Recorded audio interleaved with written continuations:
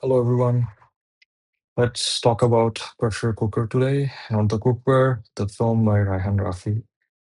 And I guess everyone is saying that, and I'm gonna say that as well, because I truly agree to that. I think this is Raihan Rafi's second best film till date. For me, Shurongo is still his masterpiece. I think the last 10 out of 10 film for me before Shurongo, it was Aina Baji. I'm not gonna spoil anything. I'm not gonna give any spoilers, and I don't want to say why the film is called Pressure Cooker because there are reasons behind it. Though I think this is not the right kind of a name for a Eid release. The name is pretty misleading. This film should have been given a different name with a Bengali word, I guess. Ryan Rafi didn't choose any, lead actors or heroes for this film. He chose a few women, four women to be exact, but not all of them have equal amount of screen time. We can't say that it's a story of four women. It is a story, it is four different stories, but some of the women have better parts and better screen time. But that is the format Raihan Rafi has chosen for this story. It is a 2 hour and 53-minute film, but to me, it felt like 1 hour and 45-minute film because I had no idea uh, when the time went by. It is such a well directed and well edited film.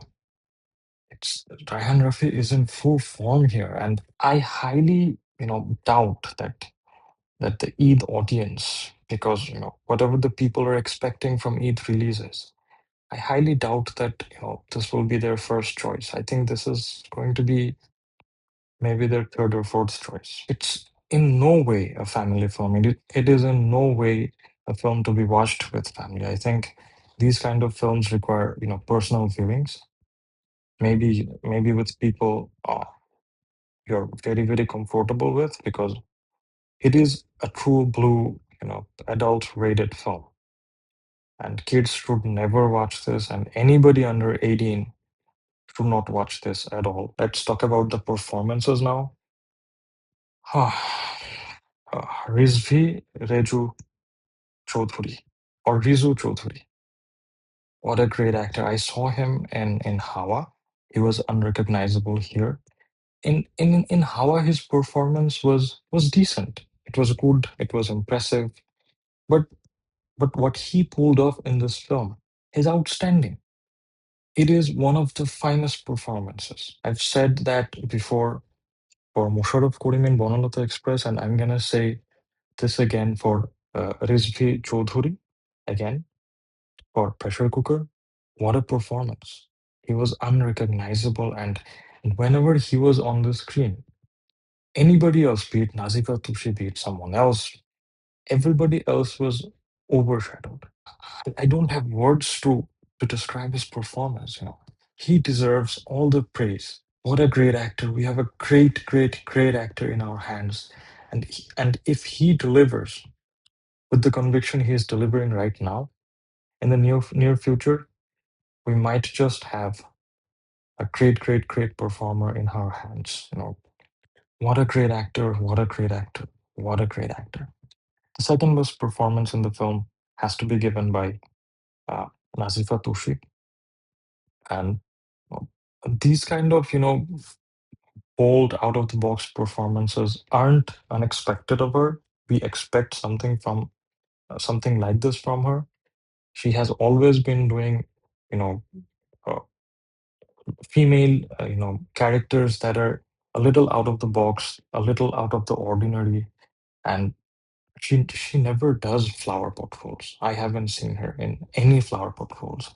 She does roles with great writing, and she does them with so much conviction, with dedication.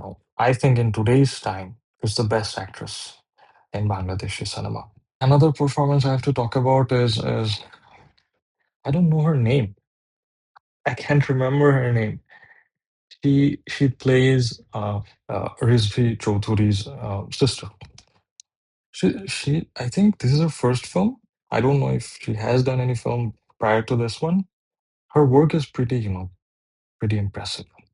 And I think she has a potential in Bangladeshi cinema. She has the looks, she has the acting prowess. And in the near future, if she chooses great meaty roles, I think she's gonna do great. There's a surprise here because I haven't watched a Bublé film ever before. This is my first film where I'm seeing Bublé perform, and she's a subtle actor. I didn't know she was such a good actress. Her performance in this film is pretty commendable. It's good. It's not an outstanding performance because her role is underwritten. She doesn't have that much of a screen time, but she's she's a subtle actor. She's not a loud actor, and I don't think loud acting or over the top acting will ever suit her. She's a subtle actor, kind of like uh, Ryan Gosling. I know the comparison is pretty out of the world, but I'm really impressed with her work. Coming to the sound mixing and the dubbing of the film, this is the most unimpressive, underwhelming, disappointing part of the film. The dubbing work is may just be the worst in this Eid. The dubbing work is so poor. Sometimes the characters aren't saying much, but we hear sound, and I don't know what I don't know how Raihan Rafi approved this. He should have been a bit more careful about the sound mixing, especially the dubbing. The background music in some portions is so good. So I have no complaints about the background music, but I have complaints about the dubbing. I think it's the worst this Eid. Coming to the cinematography, I think this is Raihan Rafi's best film in terms of cinematography. He has captured some parts of rural Bangladesh, and he has captured those places in such a way, in such a mesmerizing, immaculate way that you just get lost in those sceneries. There are scenes of a kid uh, who is studying in a madrasa, and is looking at a wide you know scenery with a lot of women wearing burqas there. And there are scenes in a field where two characters are sitting and expressing their deepest emotions. And there are wide angle scenes of a horse cart, and you see them, and you see these scenes.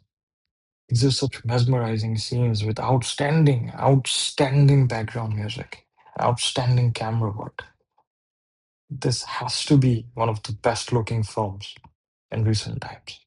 I'm mesmerized. I have no words to describe what kind of cinematography was achieved through this film. Coming to the direction, I highly doubt that even in recent times, anybody is going to be able to make a better art house indie film than this one. Maybe Raihan Rafi can if he wants to again. I hope he goes back to commercial cinema because Bangladeshi commercial cinema needs him right now. He should not move on to these art house indie films. We need him in the commercial space for a few more years before someone else gives us an assured market there. He has once again proven that he never saw cinema as a profession or a money making profession or a business. To him, cinema was always an art form, and for him, commerce comes second and art comes first. He is such a great filmmaker. He has so much to say through his films. He is, in some ways, a disciple of the great Tariq Masood. He says that in every interview of his. He even dedicated this film to the great Tariq Masood. I know he takes a lot of inspiration from his journey because Tariq Masood was a student of madrasa as well. I wish Raihan Rafi all the best. I'm thankful to him. He has, in his own way, saved Bangladeshi cinema, and I'm thoroughly impressed by Pressure Cooker. This film has moved me. The last scene, the last 2 or 3 minutes, uh, I got teared up. You know, I was moved. I even met Raihan Rafi. He came in the theater when the film ended, and I told him that, thank you for saving Bangladeshi cinema. I'm gonna recommend this film, but don't watch this film with your family. Watch it alone. Try to feel the film alone. There are great performances there. The songs, there is a song called Borai Kore. I think that is the song of this Eid. Maybe the song of the year, man. I have no idea. What a song. I think it's sung by Onkon. That guy's pure class. I'm not really confident about this film in terms of box office collection, but I wish Ryan Rafi the best. Highly recommend this film. Please go and watch it. Bye.